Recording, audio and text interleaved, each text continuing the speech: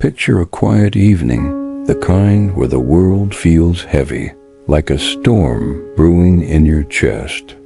You're not alone in this. There's Alex, a young soul navigating the chaos of a city that never sleeps. Each morning, Alex wakes to a flood of emails, deadlines piling like stones, and a nagging voice whispering, "You're not enough."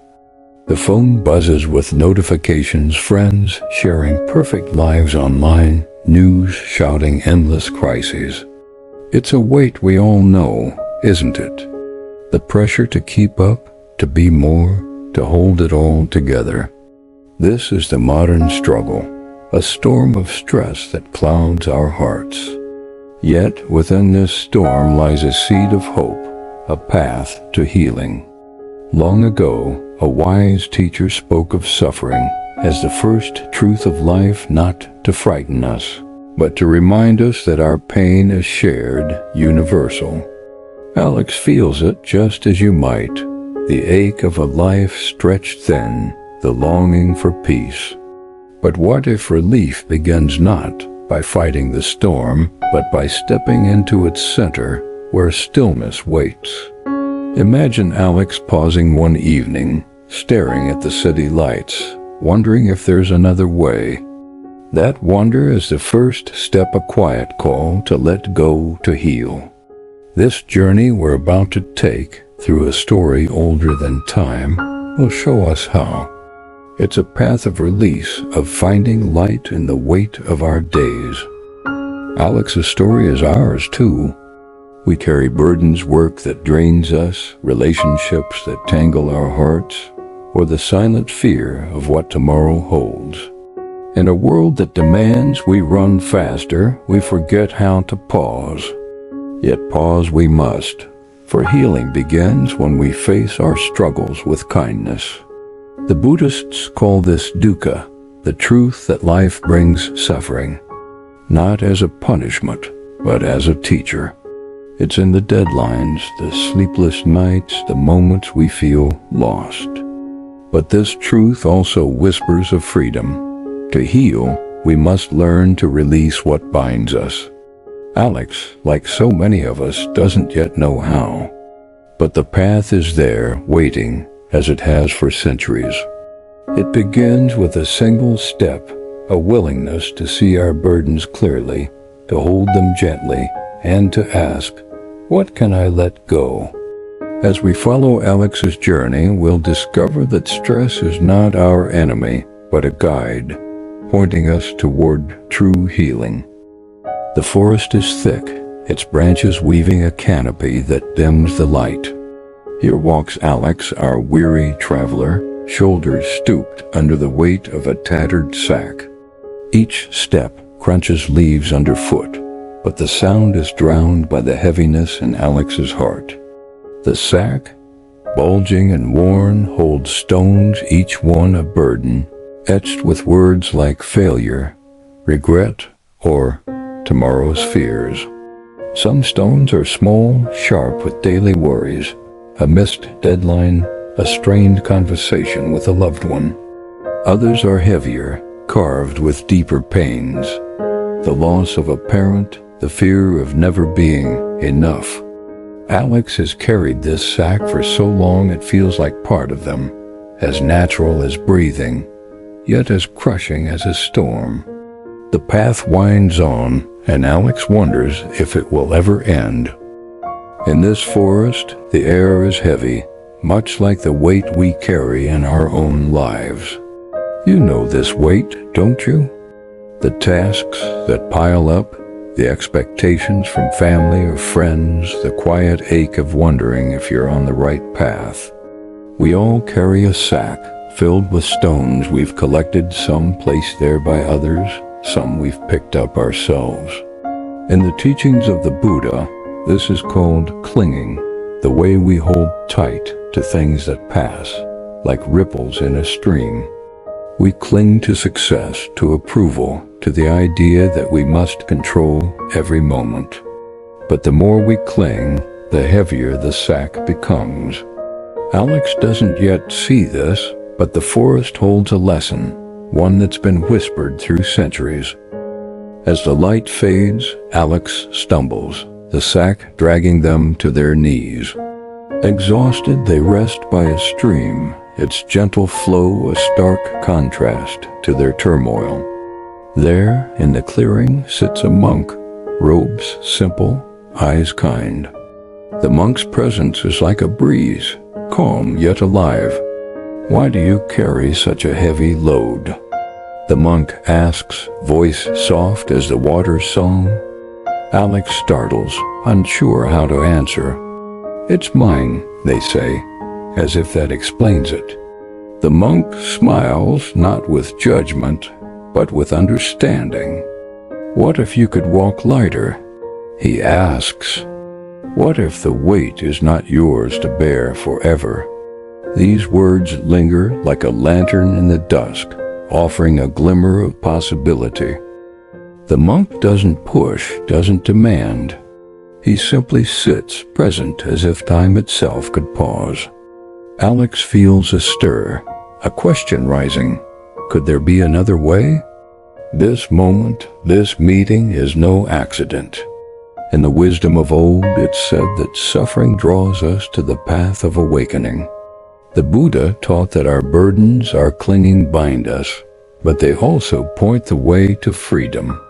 Alex's sack is heavy, but it's also a teacher, showing where their heart longs for release.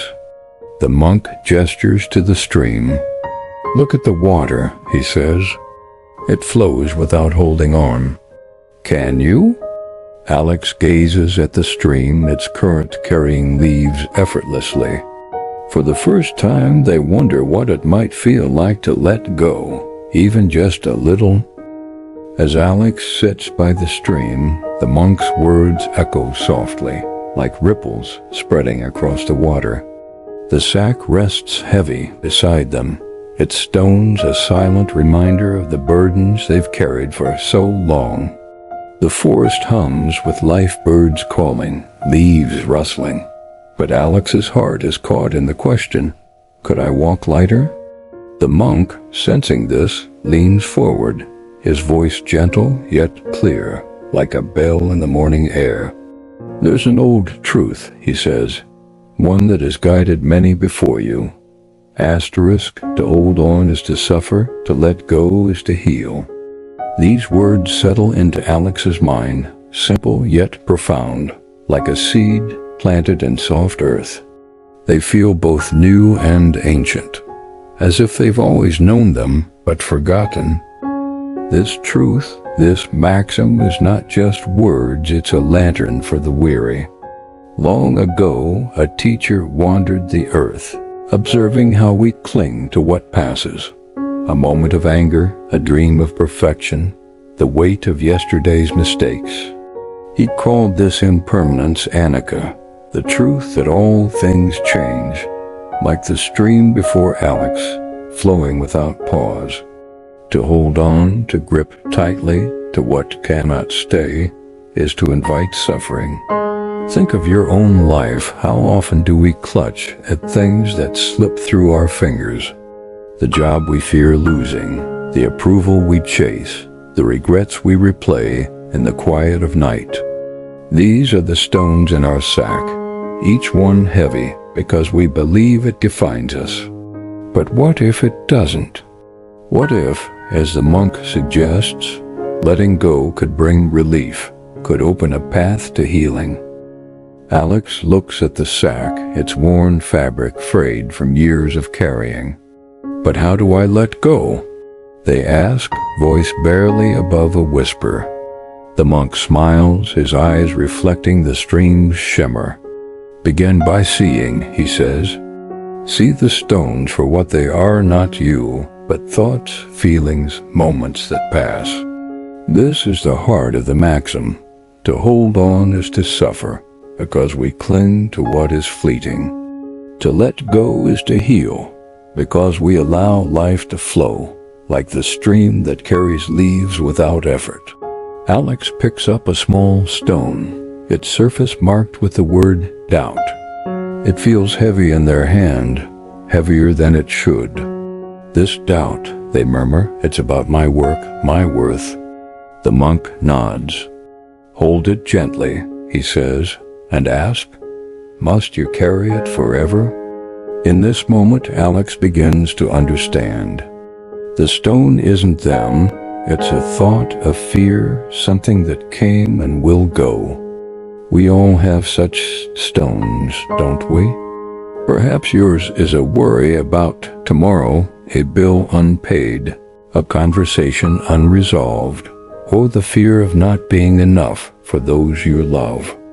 The wisdom of the Buddha teaches us that these burdens are not fixed. They are impermanent, like clouds crossing the sky. To let go is not to deny them, but to see them clearly, to hold them lightly, and to trust they will pass. Try this now, as Alex does. Picture one worry, one stone in your sack. Name it softly in your mind, perhaps stress or guilt. Imagine holding it, not with a clenched fist, but with an open hand. Can you feel it lighten, even just a little? The stream murmurs softly as Alex holds the stone marked doubt. Its weight familiar yet newly strange in the light of the monk's words. The forest seems to hold its breath as if waiting for Alex to decide, to cling or to release. The monk, still seated by the water, gestures toward the sack. Open it, he says, his voice as gentle as a breeze through the trees. Hesitant, Alex unties the frayed cord, revealing a jumble of stones, each one etched with a burden. Guilt from a harsh word spoken to a friend, fear of an uncertain future, shame from a moment long past. The monk watches, his eyes kind but unwavering. You carry baggage, he says, using a phrase that feels both ancient and close to home. But tell me, traveler, why do you choose to carry it? This phrase, carry baggage, is one we all know. It's the weight of things we hold onto, old hurts, unspoken worries, the expectations we pile upon ourselves. In the city, Alex carried this baggage without question.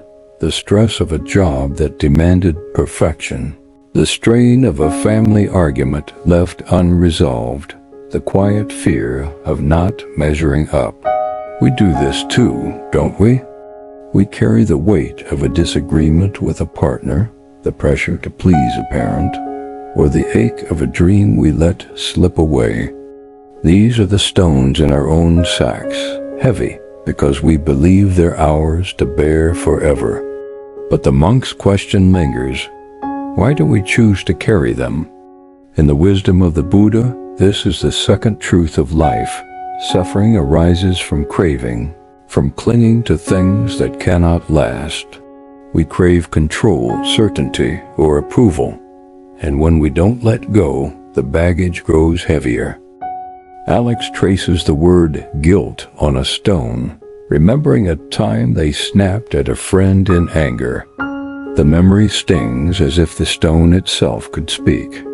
This one, Alex says, it's from a mistake I can't undo. The monk nods, his gaze steady. That stone is a story you tell yourself, he says. It's not the mistake, it's the weight you give it. He points to the stream where a leaf floats by, carried effortlessly by the current. The water doesn't hold onto the leaf, he says. It lets it pass. Can you do the same with your guilt? Alex hesitates, the stone heavy in their hand. It feels like part of them, like letting it go might mean losing something vital. Yet the monk's words stir a quiet truth. This baggage, this guilt is a choice. Not the event itself, but the decision to carry it forward. Think of your own baggage now. Perhaps it's a worry about work, a regret over words unsaid, or the fear of failing someone you love. We carry these things because they feel like ours, like they define who we are. But what if they don't? The Buddha taught that our suffering comes from grasping at moments, at identities, at things that change like the seasons. To carry baggage is to cling to what passes, to let it define us instead of letting it flow. Alex looks at the stone of guilt, then at the stream. Slowly they set it down by the water's edge, not yet ready to release it fully, but willing to try. It's heavy, they admit, and the monk smiles. It is, he says, until you choose otherwise. The stone of guilt rests by the stream, its edges soft by the water's gentle touch. Alex feels a shift, subtle but real, as if the forest itself is exhaling. The monk, still seated, watches Alex with a quiet warmth, his presence like a steady anchor in the flow of the moment. You've seen the stone, he says, his voice as soft as the rustling leaves. Now let's learn to let it go. He gestures to the air around them, alive with the hum of the forest. The breath, he says, is where freedom begins. It's always with you, a gift that asks nothing but your attention. Alex tilts their head, curious but unsure. The sack still looms nearby, its remaining stones a reminder of the weight they've carried. Yet the monk's words carry a promise, one that feels within reach. In the teachings of the Buddha, there's a practice as old as the earth itself. Mindfulness, the art of being fully here, now. It's a way to see our burdens without being swallowed by them, to hold our thoughts like leaves on the stream, watching them drift without clinging. The monk places a hand on his chest, breathing slowly. Try this, he says. Close your eyes, feel the air as it moves through you. Let it carry away one stone, just for this moment. Alex hesitates, then follows, closing their eyes. The forest fades, and all that remains is the rhythm of their breath, slow, steady, like the stream's gentle flow. Notice the stone of doubt, the monk says. Don't fight it. Just see it, name it, let it be.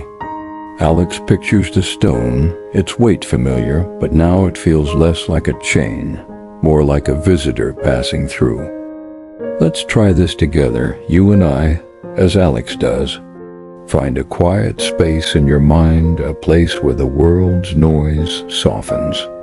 Take a deep breath, in through your nose, out through your mouth. Feel the air, cool and light, filling your chest, then leaving gently. As you breathe, think of one burden you carry. Perhaps a worry about work, a tension with a loved one, or a fear of what's to come. Name it softly in your mind, stress, regret, whatever it may be. Don't push it away. Just notice it as you would a cloud in the sky. Breathe in and imagine the breath wrapping around that burden. Breathe out and let it loosen just a little. For these few moments, there's nothing to do, nowhere to go. Just you, your breath, and this moment. Alex breathes, and with each exhale, the stone of doubt feels lighter. Not gone, but less heavy, as if it could float on the stream's surface. The monk's voice guides them deeper. Your breath is a bridge, he says, between the weight you carry and the peace you seek. Each time you return to it, you choose to let go. This practice, rooted in the Buddhist path of Vipassana, teaches us to observe without grasping, to see our thoughts and feelings as passing waves, not as anchors. For Alex, it's a new way of being present, not pulled by the past or the future. In our own lives, this is how we begin to release the baggage we carry, not by forcing it away, but by meeting it with gentle awareness, breath by breath. As Alex opens their eyes, the stream sparkles under the fading light, and the sack seems a little less daunting. The monk smiles as if he knows the journey is just beginning. "Keep breathing," he says, "and the path will show itself."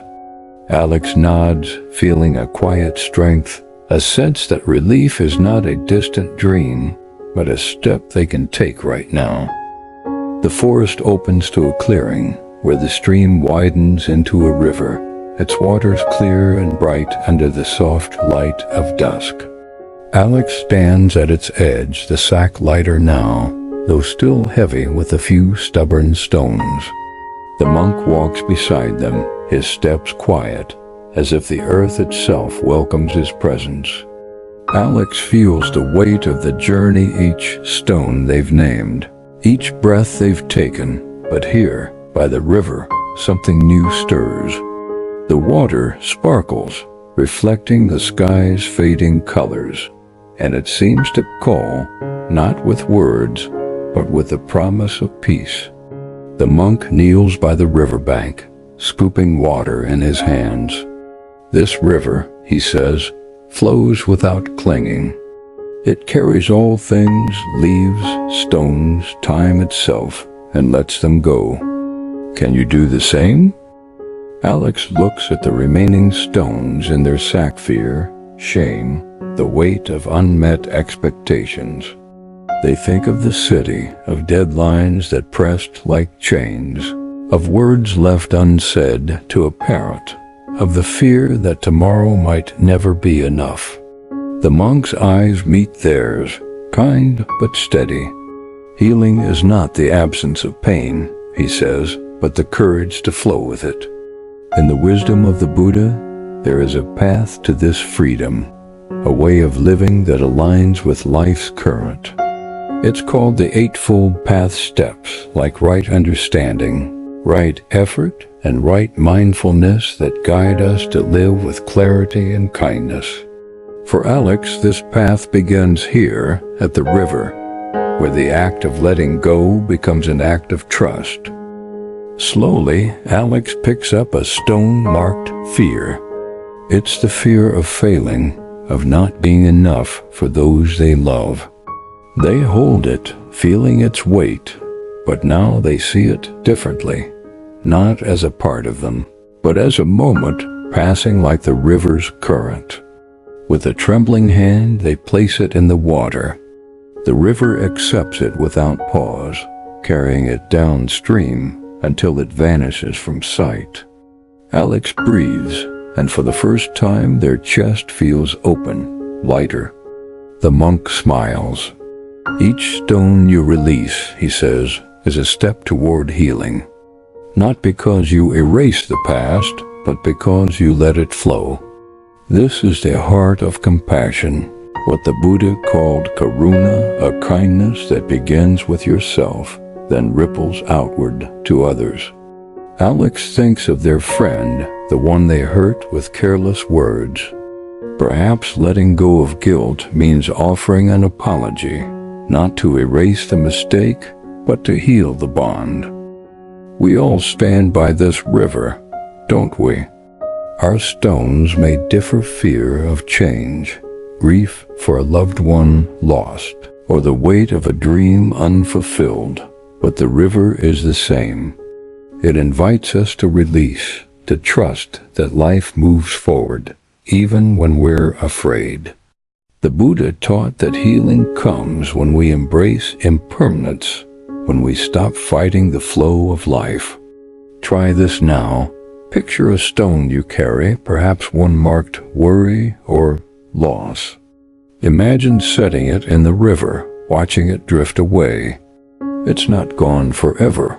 It may return in memory, but for now, you let it go. Feel your breath as you do, steady and calm, like the river's gentle current. This is healing, not a destination, but a practice, a choice to flow with life's ever-changing stream. As Alex places another stone in the river, the sack feels nearly empty. The forest glows with a soft light, and the weight of the journey feels less like a burden, more like a gift. The monk stands, his robes catching the breeze. The river is always here, he says, and so is your path. Alex nods, sensing that healing is not an end, but a beginning, a way of walking lightly through the world. The river flows on, its surface catching the last rays of twilight as Alex stands at its edge, the sack now nearly empty. Only a few stones remain, small and smooth, no longer heavy with the weight of fear or guilt. The monk stands beside them, his presence a quiet reminder that this moment is both an ending and a beginning. Alex looks at the water, its current steady and unhurried, carrying away the stones they've released. The forest feels alive, not with the weight of burdens, but with the possibility of peace. The monk's voice breaks the silence, soft as a whisper on the wind. You've walked far, he says, but the path doesn't end here. Each step you take, each breath is a chance to heal. Alex nods, feeling a warmth in their chest, a lightness they hadn't known was possible.